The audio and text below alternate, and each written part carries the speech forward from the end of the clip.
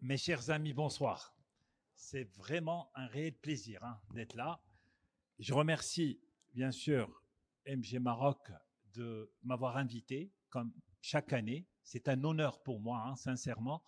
J'apprécie énormément cette association. J'apprécie l'association, bien sûr, toutes les associations de médecine qui font de la formation médicale continue dans l'intérêt du patient. Ça, c'est très important. Je remercie le laboratoire Novo Nordisk d'avoir sponsorisé ce symposium et j'apprécie un point, c'est qu'ils m'ont dit fais ce que tu veux.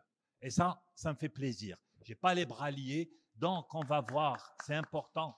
C'est important, c'est-à-dire que je ne vais pas parler d'études, je vais vraiment parler des insulines. Je veux parler de la pratique et je vais prendre mon temps. Ça, c'est très important.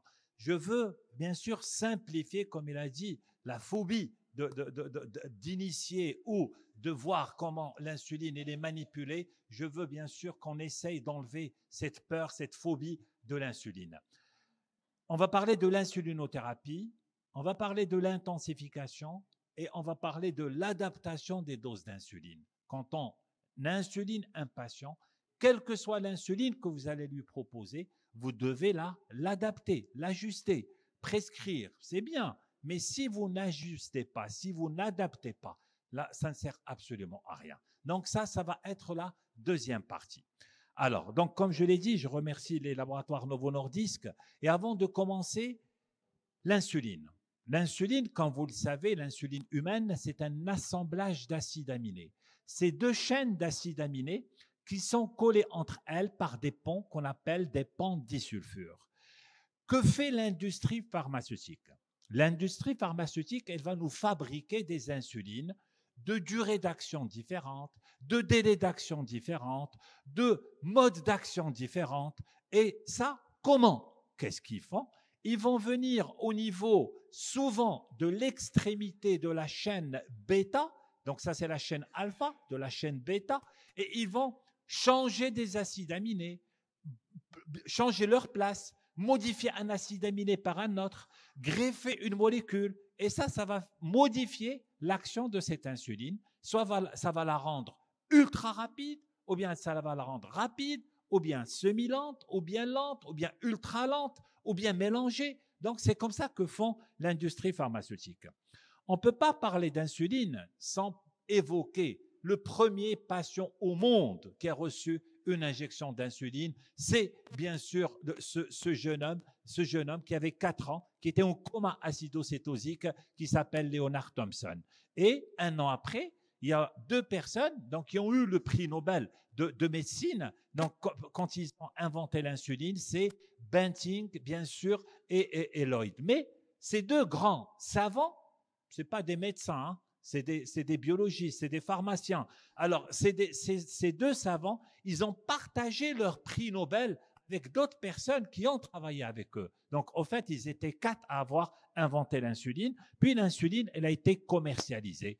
On a eu au départ les insulines qui étaient extraites, bien sûr, du pancréas du porc. Et après, ça, c'est fini. On a eu les insulines humaines. Après les insulines humaines, on a eu les analogues, c'est-à-dire des insulines qui sont fabriquées par génie génétique. Et les premiers au monde dans ce domaine, c'est Lilly. C'est les premiers qui ont, bien sûr, commercialisé l'insuline. Mais après, les insulines analogues, c'est Novo Nordisk. Donc, c'est Novo Nordisk qui se sont lancés dans ce domaine-là. Maintenant, c'était juste un petit rappel d'histoire.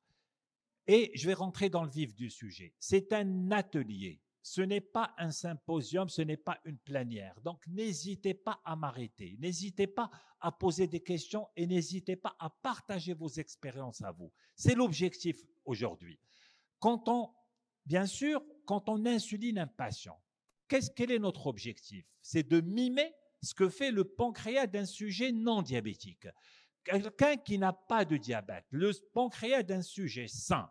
Le pancréas d'un sujet sain, il sécrète en permanence de l'insuline. C'est en continu.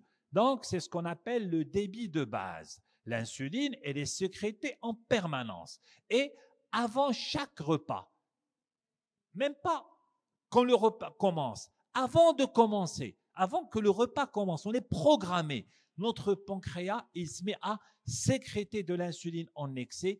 Il nous prépare au repas. C'est pour ça, quand il est midi, quand il est 13 heures, vous avez faim et vous avez une douleur au ventre. Pourquoi? Parce que déjà l'insuline, elle a commencé à être sécrétée. Si vous mangez, le pic va se poursuivre, mais si vous ne mangez pas, le pic va s'arrêter et il n'y aura pas de pic d'insuline. D'accord? Donc, avant chaque repas, le pancréas d'un être humain, il va se mettre à sécréter, c'est ce qu'on appelle la prandiale. Il y a une prandiale le matin, une prandiale à midi et une prandiale le soir. Donc, quand vous dites à votre patient, prenez une collation, mangez quelque chose à 10 heures, mangez quelque chose à 17 heures, ce patient-là, s'il a un pancréas qui ne fonctionne pas, il n'a pas qui va aller le brûler. Il n'y a pas d'insuline qui va faire rentrer ce sucre à l'intérieur des cellules. Donc, forcément, ça va augmenter sa glycémie. Donc, faites attention à la collation, surtout chez les diabétiques de type 1.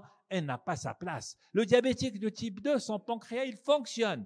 Donc, il va lancer un peu d'insuline. Chouïa, mais le diabétique de type 1, non.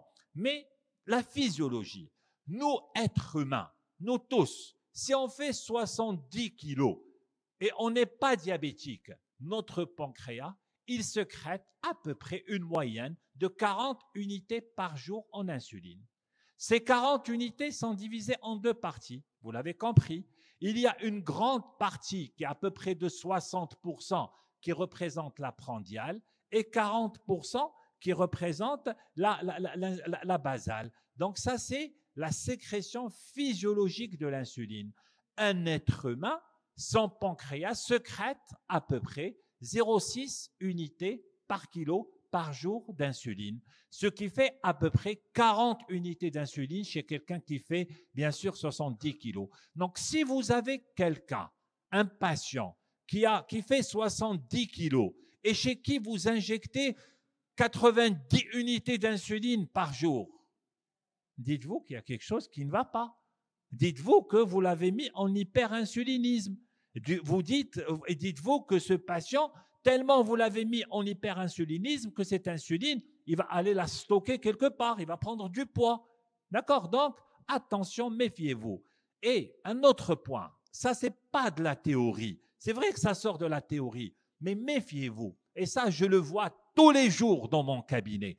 Tous les jours, je vois des patients qui viennent avec de l'insuline. Je suis content, ils ont de l'insuline.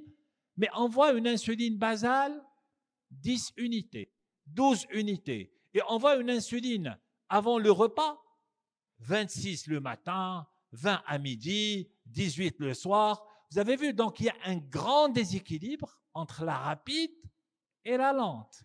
Non, cette personne-là, elle ne sera jamais équilibrée. Donc, quand vous avez un patient en face de vous, chez qui vous allez démarrer une insulinothérapie ou qui est déjà sous insuline, ayez toujours à l'esprit que dans le traitement de ce patient, il doit y avoir à peu près 40 à 50% d'insuline réservée pour la basale et 40 à 60%, plutôt 50 à 60% réservée pour la prandiale. Ça, c'est important dans votre pratique.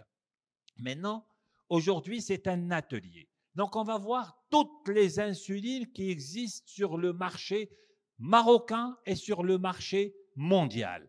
Regardez, il y a ce qu'on appelle les insulines humaines rapides. C'est des insulines humaines rapides. Et il y en a au Maroc, l'insuline l'insuline rapide, la fameuse Actrapide, et il y a son générique, c'est l'insulette rapide. C'est des insulines qui sont là pour contrôler la postprandiale. C'est des insulines qui commencent à agir en moyenne 30 minutes après les avoir injectées. C'est des insulines qui ont une durée d'action de 6 heures. D'accord? Donc, quand vous injectez une insuline humaine rapide, elle va durer dans le sang 4 à 6 heures. En général, c'est 6 heures. Ça, c'est les insulines humaines rapides. Après, vous avez les analogues rapides. Dans les analogues rapides, il y en a 3. Il y a l'humalogue U100, il y a la novorapide et il y a une troisième, c'est Apidra. Donc, quand vous prescrivez la Novorapide, il faut dire Novorapide Flex Pen. Vous mettez Novorapide, c'est la même chose, mais parce qu'il y a les cartouches, d'accord? Donc, il faut dire Novorapide Flex Pen, c'est le stylo jetable. L'Apidra, c'est Apidra Solostar. Et bien sûr, l'Humalog, c'est l'Humalog U100 Quick Pen. C'est des insulines analogues rapides. Qui dit analogue rapide, disent des insulines qui commencent à agir presque dès l'injection. En fait, c'est au bout de 5 à 10 minutes. Mais non, vous retenez. Dès l'injection, elle commence à agir.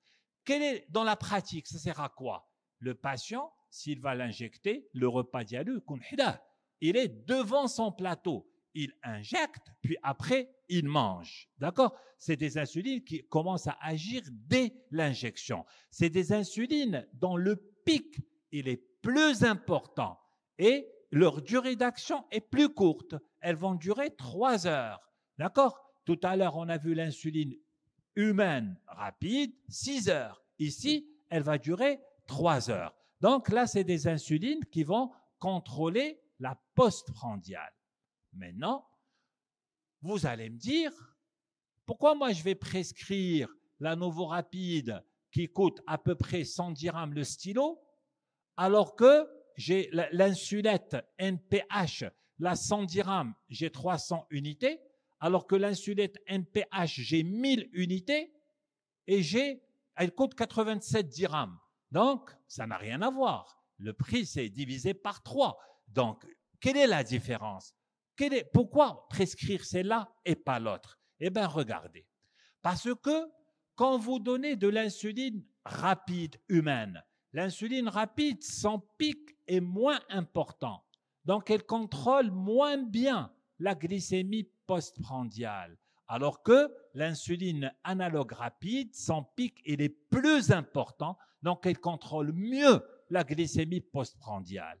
Un autre avantage très important, c'est que l'insuline rapide humaine, elle commence à agir que 20 à 30 minutes après, alors que ici, elle agit dès l'injection. Donc, du coup, je dois injecter, attendre 20 à 30 minutes, à manger. Alors que là, non, il faut l'injecter et manger. Un autre avantage très important, c'est que l'insuline humaine rapide, elle va durer 4 à 6 heures. Donc, à distance du repas, il va y avoir un cumul en général avec les insulines la lente. Du coup, je vais avoir un risque hypoglycémique à distance du repas. À distance du repas, vers midi, 11h30, midi, il va y avoir une accumulation d'insuline et ça va faire que je vais faire une hypoglycémie à distance du repas. Donc ça, c'est les avantages des insulines analogues rapides comparées aux insulines humaines rapides. Il y a une autre insuline, hein, je vais le dire, c'est une insuline ultra rapide. J'ai parlé d'humaine rapide, j'ai parlé d'analogue rapide, et maintenant je parle d'ultra rapide. Malheureusement, j'ai mis ici non commercialisé et hors AMM au Maroc, parce qu'elle n'existe pas au Maroc, c'est une insuline, c'est Novo Nordisk, c'est la même chose, et c'est une insuline encore plus rapide que la Novo Rapide dont on dispose. Elle s'appelle l'insuline Fiasp. Donc ça, c'est ce qui existe en matière d'insuline rapide. Après, vous avez les insulines intermédiaires. Les insulines intermédiaires, comme vous les connaissez, il y en a 2 au Maroc. Il y a l'insuline, la fameuse NPH, l'insuline Khadra. Tout à l'heure, on a vu les rapides, c'est les insulines jaunes. Maintenant, les insulines vertes, c'est les insulines semi-lentes. Semi-lentes. Il y a la NPH et il y a de Novo Nordisk et il y a son générique, c'est l'insulette NPH. Il y a une autre insuline en cartouche, mais je ne sais pas si elle existe toujours au Maroc. Donc ça, c'est des cartouches. Donc c'est des insulines qui ont une durée d'action de 12 heures. C'est des insulines, quand on les injecte, ils vont mettre du temps, ils vont mettre au moins 1 heure pour commencer à passer dans le sang et ils auront une durée d'action de 12 heures. c'est des insulines qu'on utilise comme basales, mais semi-basales, parce que c'est juste pour la moitié de la journée. Après, vous avez les analogues lents. Les analogues lents, dans les analogues lents, il y a les analogues lents de première génération, il y a les analogues lents de deuxième génération. Les analogues lents de première génération, il y en a plusieurs. Bien sûr, il y a d'abord la Lévémir, c'est la Détémir, c'est de Novo Nordisk, et il y a la Lantus de Sanofi. Donc ça, c'est les premières. Mais après, il y a eu les génériques, ou bien appelez-les comme vous voulez, les biosimilaires de l'insuline glargine. Il y en a 3 au Maroc. Ça, c'est des biosimilaires de la Lantus. Il y a Glaritus, il y a Simgli et il y a insuline glargine Copper. Donc ça, c'est des insulines lentes de première génération. C'est des insulines qui sont là pour jouer le rôle de basal. C'est des insulines qui ont une durée d'action de 18 heures. D'accord? Maximum, c'est 18 heures. Ici, pour atteindre les 24 heures, il faut donner des doses tellement énormes pour qu'elles vont bien sûr faire les 24 heures. Mais en général, c'est des insulines qui vont couvrir 16 à 18 heures. Ça, c'est les insulines lents de première génération. Après, il y a les insulines lents de deuxième génération. Dans les insulines lents de deuxième génération, il y en a, alors ça, il y en a deux. Il y a la fameuse glargine U300, c'est la Lantus concentrée. La Lantus, elle est à U100. Là, ils l'ont concentrée x3. Elle est devenue glargine U300. C'est bien sûr la fameuse, alors, Toujeo. C'est la fameuse Toujeo. Et bien sûr, la Toujeo, elle a une durée d'action de 24 heures. Toujeo, elle fait 24 heures. Après, vous avez bien sûr l'insuline Deglutec, dont le nom commercial c'est Tresiba. Alors là, quand vous dites Tresiba, c'est Tresiba Flex Touch. Tresiba Flex Touch. Donc ça, c'est une insuline lente de deuxième génération dont la durée d'action dépasse les 48 heures. Donc, elle vraiment, c'est la vraie basale. C'est une insuline dont la durée d'action, elle dépasse les 48 heures. Sa formule, la formule de la Deglutec, c'est ainsi. Regardez, c'est comme ce que je vous ai dit, ma première diapo, c'est 2 chaînes d'acides aminés. À ces 2 chaînes d'acides aminés sont liées entre elles par des ponts disulfures. Et regardez, on a modifié des acides aminés, on a greffé un acide gras, on a fait sauter un acide aminé, la tyrosine, et on a inventé cette insuline dont la durée d'action, elle dépasse les 24 heures, elle atteint les 48 voire 72 heures. Comment elle marche? Ça, c'est important. Parce que vous allez me dire, est-ce qu'il y a un risque hypoglycémique? Eh bien non, c'est l'insuline qui donne le moins de risque hypoglycémique. Pourquoi? Parce que c'est une insuline qui agit d'une façon différente par rapport aux autres insulines. Comment ça se passe? Quand vous injectez cette insuline, elle va se mettre en sous-cutané. Et en sous-cutané, regardez, il va y avoir des hexamères qui vont se coller l'une à l'autre. Vous injectez votre produit liquide, une fois que vous l'injectez, en sous-cutané, il y a des hexamères qui vont se former, se coller l'une à côté de l'autre en une longue chaîne. Voilà, et ça va être en sous-cutané. Et petit à petit, de cette longue chaîne qui contient des molécules d'insuline, les molécules de zinc vont se détacher. Quand les molécules de zinc vont se détacher, vous allez voir les molécules d'insuline qui vont se libérer une après l'autre, pour couvrir au-delà de 24 heures. Donc ça, c'est très important. Parce que une fois que je vais injecter le lendemain l'autre injection, il va y avoir un autre hexamère une longue chaîne qui va se former et ça va libérer de l'insuline petit à petit. Donc, quand je l'injecte pour la première fois, supposons, j'ai pris comme exemple, je vais injecter 10 unités. Quand j'injecte pour la première fois 10 unités, le lendemain, ce qui passe dans la circulation, que 5 unités, pas la totalité. Pourquoi? Parce qu'il faut du temps pour que les hexamères se forment et pour que ces molécules d'insuline se détachent une après l'autre. Le jour d'après, je réinjecte mes 10 unités. J'aurai déjà 5 unités de réserve. À ces 5 unités, je rajoute 10 unités parce que j'ai consommé déjà 5. Donc, c'est un cumul de 15 unités. De ce cumul de 15 unités, il n'y aura que la moitié qui va être consommée. Donc, il n'y aura que 7,5. Et regardez, je vais avancer. Ce n'est qu'au 4e jour, les 10 unités que moi je veux qu'elles passent, ce n'est qu'au 4e jour que je vais les retrouver dans le sang. Mais, vous allez me dire, il y a un 5e jour. Si vous rajoutez un 5e jour, une autre injection, je vais injecter j'aurai plus que 10. Non, les 10 unités de départ, c'est là-haut.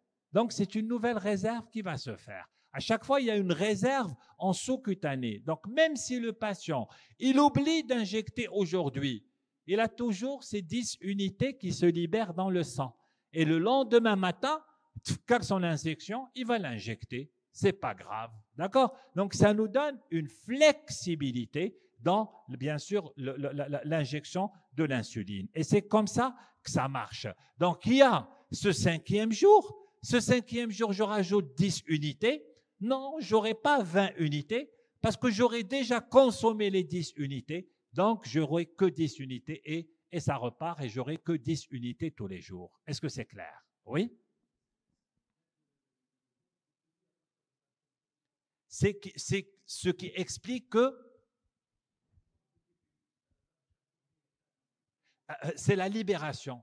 Ce qu'il explique, c'est le fait qu'elle n'agit pas de la même manière que les autres insulines. Mais si on injecte et automatiquement elle va passer, non. Elle doit s'accumuler, se former en chaîne et après libérer insuline par insuline. Non, les premiers ont été consommés. Donc c'est un nouveau stock qui va se former. 10 unités de réserve. Donc les 10 unités de réserve, كتزيد عليهم 10 unités. ولكن راه déjà consommé ici une bonne partie. دوره مزيان غادي تبان لك دابا تبان لك غادي تبان لك في un autre schéma. D'accord? Donc ça c'est pour ça que ça donne moins de risque hypoglycémique, oui? Oui, on fait l'injection tous les jours. C'est une injection tous les jours pour toujours avoir cette réserve. Parce que si je saute de 48 heures, غادي نعاود نرجع ل 7,5, donc ما غاديش تبقى تمشي لي 10 unités. D'accord? Donc il faut la faire tous les jours. Et pour faire un résumé de tout ce qu'on vient de voir aujourd'hui, regardez toutes les insulines que je viens de citer. On a parlé des analogues rapides, elles sont hauts. On a parlé des insulines, bien sûr, humaines rapides. On a parlé des insulines intermédiaires. On a parlé des insulines lentes de première génération. On a parlé des insulines lentes de deuxième génération. Et on a parlé, bien sûr, de cette fameuse insuline déglutac. Donc, vous avez remarqué que le pic le moins important, c'est celui de l'insuline déglutac. C'est pour ça qu'il y a moins de risque de cumul et moins de risque hypoglycémique. Est-ce que c'est clair? Donc ça, c'est toutes les insulines dont on dispose. Après, il y a les mélangés, les insulines qui sont mélangées. Dans les mélangés, il y a une nouveauté. Il y a ce qu'on appelle la coformulation, c'est-à-dire deux insulines différentes mélangées dans un seul stylo. Ça, c'est nouveau. C'est ce qu'on appelle la coformulation. Je vous donne un exemple. Si je prends, par exemple, vous connaissez tous Novomix 30. La Novomix 30 contient 30% d'une insuline asparte et 70% de quoi? Qui peut répondre? Non, ce n'est pas de la retard. Et c'est la question, c'est la réponse que je m'attendais. C'est une asparte protaminé. C'est-à-dire, c'est une asparte à qui on a rajouté une protamine.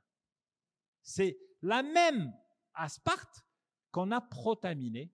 Et ça joue, une fois qu'on lui a rajouté quelque chose, on lui a rallongé sa durée d'action. Donc, ce n'est pas une NPH qu'il y a dedans. C'est ça, la Novomix 30. Maintenant, la coformulation, c'est différent. La coformulation, c'est deux insulines mélangées dans un même silo. C'est ce qu'on appelle, l'insuline, elle s'appelle Rizodeg. L'insuline Rizodeg, c'est quoi? C'est 30% de Novorapide. Regardez l'orange. L'orange, c'est une insuline analogue rapide. Donc, quand je l'injecte, j'ai la Novorapide qui va jouer le rôle de la rapide. Et j'ai 70% de la fameuse Deglutec, d'accord, qui va jouer le rôle de la basale. Donc, l'insuline, la coformulation, parce que je veux que dans nos esprits, on change cette idée de, il faut savoir qu'il y a une différence entre coformulation et insuline prémixée. Ce n'est pas la même chose. Ça, ce n'est pas une prémixée, c'est une coformulation. Alors, donc, quand je l'injecte, eh bien, regardez, j'ai les 30% de rapide qui vont passer, qui vont jouer le rôle de l'analogue rapide qui est la Novorapide, et les 70% qui restent, ils vont jouer le rôle de l'insuline basale. C'est une insuline qu'on utilise souvent chez le diabétique de type 2 quand on veut intensifier son traitement. C'est quelqu'un chez qui on veut soit démarrer d'emblée par un schéma qu'on appelle basal plus 1, soit il a déjà une insuline basale et je veux rajouter une insuline rapide. Au lieu de rajouter une insuline rapide avec un autre silo, j'aurai les deux dans un seul silo. D'accord? J'ai ma basale lente qui va couvrir au-delà de 48 heures et j'ai mon insuline rapide qui va contrôler mon repas le plus copieux. Donc, vous allez me dire à quel moment je vais l'injecter? Je vais l'injecter au repas le plus copieux. Vous allez voir avec votre patient quel est le repas où la glycémie postprandiale est la plus importante. Et c'est à ce repas-là que je vais la choisir. Et la basale, elle va me couvrir plus que 24 heures. Donc, je m'en fous que je la donne le soir, que je la donne le matin, que je la donne à midi, peu importe. J'aurai ma basale qui tourne en permanence dans le sang et j'ai ma rapide qui va me contrôler le repas le plus copieux. Est-ce que c'est clair? S'il y a des questions, vous m'arrêtez. Oui.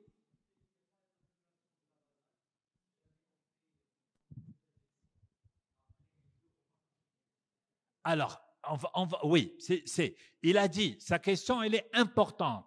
Il a dit, est-ce qu'il n'y a pas un risque d'accumulation si on fait 2 injections avec 2 repas copieux? C'est-à-dire, il a utilisé sa Rizodeg, par exemple, et il veut rajouter une deuxième injection, est-ce qu'il y a un risque d'accumulation? Il y a un risque d'accumulation si je dépasse un certain nombre d'unités. Et si je risque d'aller vers l'accumulation, que vous avez tout à fait raison, je garde ma Rizodec au repas que j'avais choisi au départ, et au lieu de rajouter la même, je rajoute, bien sûr, une insuline rapide au deuxième repas le plus copieux. Donc, je peux la donner en 2 fois, vous avez tout à fait raison, mais à un certain moment, non, je vais avoir un risque donc, et je n'aurai pas assez de rapide. Dans ce cas, je switch vers une insuline rapide pour arriver chez le diabétique de type 2 au schéma basal-bolus, comme le type 1. Alors, docteur, oui? Pour le repas le plus copieux, plus d'explications, parce que faut pas Alors, la quantité. Oui, non, vous avez raison, et merci de m'avoir interrompu sur ça, c'est important. C'est pas le repas le plus copieux, c'est là où je vais manger le plus. C'est là où la postprandiale est la plus importante. Donc, vous allez demander à votre patient de vous faire un petit cycle glycémique sur 48-72 heures, parce que 24 heures ne suffit pas. Et en fonction de ça, vous allez voir où est la glycémie postprandiale la plus élevée. Et c'est là où c'est le repas le plus copieux. contrairement à ce qu'on pense, la glycémie postprandiale la plus importante, c'est celle du petit déjeuner. Pourquoi c'est celle du petit déjeuner? Parce que il y a l'effet de l'aube prolongé. Il y a l'effet de l'aube, et cet effet de l'aube, il est prolongé par le repas. Donc, ça augmente encore en plus la glycémie. Alors, bien sûr, si jamais j'ai un patient qui a une insuline et je veux le switcher vers cette fameuse insuline, c'est dose pour dose. Dose pour dose.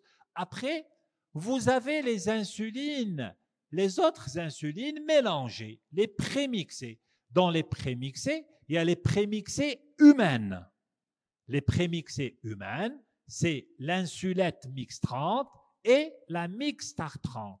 L'insulette mix 30 et mixtar 30, il y a 30% d'insuline humaine rapide et 70% de NPH.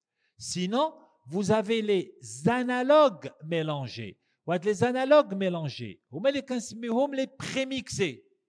C'est ça, quand on parle d'une insuline prémix, c'est une insuline forcément analogue. Sinon, les autres, c'est des mélanges d'insuline humaine. Parce que l'appellation prémixée, elle est destinée aux analogues. Et quand je dis, et il y en a 3 au Maroc, il y a l'humalogue mix 25, il y a l'humalogue mix 50 et il y a la Novomix 30. Et je vous ai dit tout à l'heure, quand on dit Novomix 30, ça veut dire qu'il y a 30% d'un analogue rapide qui est la Novo rapide et 70% de cette même insuline qu'on a protaminée, à laquelle on a rajouté bien sûr un acide aminé, la protamine, et ça lui a changé sa durée d'action. D'accord? Donc, c'est des insulines qu'on utilise, soit bien sûr, avant le repas, ça peut être le matin et le soir, qu'on peut donner en 3 fois. C'est des insulines. Ça, c'est un point très important. S'il vous plaît, mes amis, les insulines humaines mélangées, on ne les donne pas en 3 fois. Je ne peux pas donner Mixtar 30 matin, midi et soir. Il ne faut pas faire ça. ما تقولوليش شفتها في واحد l'ordonnance, شفتيها بصحتك. Il ne faut pas me dire ça. On ne donne pas une insuline humaine mélangée en 3 fois. Pourquoi? Parce qu'il y a dedans de l'actrapide. Et l'actrapide, elle a une durée d'action de 4 à 6 heures. Donc, ça va s'accumuler. Donc, il y a un énorme risque hypoglycémique. Alors que les insulines prémixées analogues, je peux les donner en 3 fois. Ça ne pose pas de problème parce que la rapide qu'il y a dedans, elle a une durée d'action de 3 heures. Donc, il n'y a pas de risque de cumul, donc il n'y a pas de risque hypoglycémique. Est-ce que c'est clair? Donc, ça, c'est les insulines prémixées. Alors, c'est la même chose, c'est ce que je viens de dire. Vous les connaissez tous, hein? C'est la fameuse insuline en stylo bleu de la Novomix. Donc, ça, c'est les humalogues. Il y a l'humalogue mix 25 et l'humalogue mix 50. Et ça, c'est bien sûr la Novomix 30. Après, je vous ai parlé tout à l'heure de la coformulation. C'est la fameuse Rizodeg. Et ça s'écrit comme ça, Rizodeg. Et tout à l'heure, j'ai mis Novomix 30. Regardez, c'est FlexPen. C'est FlexPen. Ou bien Humalogue Mix 25, c'est QuickPen. Alors que ici, le Rizodeg, c'est FlexTouch. C'est FlexTouch. C'est ça, la Rizodeg. Un joli tableau récapitulatif de tout ce qu'on vient de dire. Regardez, ça, c'est tout ce qui est داك المكانه ما يمكنش تحيد ياك صافي حنا نبقاو هنا تنصليو العشاء ونكملوا donc عندنا les insulines qui existent, donc c'est un petit résumé de tout ce qu'on a vu, bien sûr, un petit résumé de tout ce qu'on a vu. Après, merci beaucoup, shukran, de tout ce qu'on a vu. Après, bien sûr, un résumé de tout ce qui est insuline humaine. Un résumé, bien sûr, là, ici, il y en a qui n'existent pas au Maroc.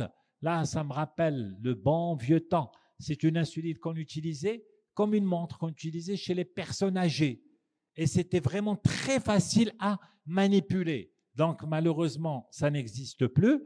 Alors, ça existe toujours en Europe. Hein, en Europe. Donc, ça, c'est toutes les insulines analogues, bien sûr, dont on dispose hein, et qui existent au Maroc. Donc, ça, c'est la fameuse Tresiba dont j'ai parlé tout à l'heure. Il y a une qui n'existe pas au Maroc, c'est Xultophy. C'est une association analogue GLP-1 et analogue lent. Alors, les autres insulines, bien sûr, un petit résumé des insulines analogues, bien sûr, prémixées. Les insulines, donc c'est tout ce qui existe partout dans le monde. Et le futur, c'est maintenant, hein, maintenant ça y est, c'est sorti. C'est cette dernière ligne. Cette dernière ligne, c'est par Novo Nordisk, c'est l'insuline Icodec. C'est cette dernière ligne. C'est une insuline lente, hebdomadaire, une fois par semaine. Ça y est, elle existe. Alors bon, c'est une insuline, ça y est, elle est testée, alors qu'on peut utiliser et chez le diabétique de type 1 et chez le diabétique de type 2, et c'est une injection qui va tenir une semaine. Elle a un effet indésirable. Elle mime la basale. Ce n'est qu'une basale. Ça ne remplace pas la prandiale. Pour la prandiale, il va faire ses injections de nouveau rapides. Mais là, et bien sûr, ça ne remplace pas la basale. Son effet indésirable, lequel? C'est l'oubli. Kinsa. C'est vrai, hein? Les études, c'est l'effet indésirable qui est sorti le plus, c'est l'oubli. Maintenant, est-ce que vous avez des questions avant de passer à la deuxième phase? Célina, la première partie, est-ce que vous voulez une pause? Est-ce que vous voulez des questions? Ou la deuxième partie, ou l'enкمل? Il y a des questions? C'est bon? Alors, bien sûr, maintenant, on va donner de l'insuline. Oui? Alors, c'est vrai que les analogues donnent moins de risque de prise de poids que les insulines humaines. Pourquoi? Parce que dans les insulines humaines, on est obligé souvent de donner des doses beaucoup plus importantes pour équilibrer mieux. Et quand on augmente la dose, forcément, on augmente l'insuline. L'insuline, bien sûr, est une hormone de stockage, donc forcément, on va prendre du poids. Et en plus, on va faire plus d'hypoglycémie, donc ça va nous pousser à manger, aussi risque de prise de poids. Oui? Avant, on disait que la rapide, on devait la donner en postprandial. Avant, on me l'avait appris. Et là, je vois que vous dites qu'il faudrait la donner au début d'un repas. Bien sûr. Il y a 10 minutes, 10 à 15 minutes après un repas, une fois avoir pris la glycémie, avoir trouvé que la postprandiale était élevée. Oui. Ne faites jamais ça. Toujours. Quand vous utilisez une rapide, c'est pour répondre à une anomalie. C'est le repas. Il va manger, sa glycémie va monter. Donc moi, je vais lui donner l'insuline qui va accompagner ce repas pour éviter ce pic hyperglycémique. Je vais aller plus loin avec vous. Vous savez, chez les femmes enceintes, on veut des glycémies postprandiales inférieures à 1,20 g. Ce qui est très difficile quand elles sont insulinées, quand elles ont un diabète de type 1. Du coup, l'idéal, c'est de les mettre sous pompe à insuline. Et la pompe à insuline, pour la femme enceinte, il y a un type de bolus qu'on appelle le bolus carré. C'est quoi le bolus carré? C'est un bolus, mais qui se fait d'une façon carrée. Il passe rapidement dans le sang, puis il est maintenu pendant tout le repas, puis après il arrête complètement. Pourquoi? Pour avoir l'insuline à son maximum tout le long du repas pour qu'il n'y ait pas de pic glycémique. Alors, par contre, un truc pratique, si vous avez quelqu'un qui vous fait une hypoglycémie juste avant un repas, il est midi, je fais une hypoglycémie. et le patient me dit, est-ce que j'injecte mon insuline ou pas? L'immense majorité des patients qui sautaient ou avec l'injection, c'est pas bon. Ce que vous pouvez faire, et c'est l'avantage des analogues, c'est là, vous pouvez la faire à la fin du repas. D'accord? Vous la faites à la fin du repas. Et là, c'est parce qu'il a fait une hypoglycémie, donc vous lui laissez le temps de manger et tout ça, et après vous injectez votre dose d'insuline. Parce que s'il a fait une hypoglycémie avant le repas, c'est pas le repas, c'est pas l'insuline qui va injecter qui en est responsable. Ce qui en est responsable, c'est l'insuline d'avant, ou peut-être il a fait une activité physique, ou peut-être. D'accord? Donc, j'injecte, mais là, j'injecte à la fin du repas. Oui? Exact. Exactement. Quand on fait une hypo, c'est 4 unités. Et quand elle diminue, c'est 2 unités. Après chaque hypoglycémie, réduisez la dose de 4 unités. Alors, bien sûr, oui,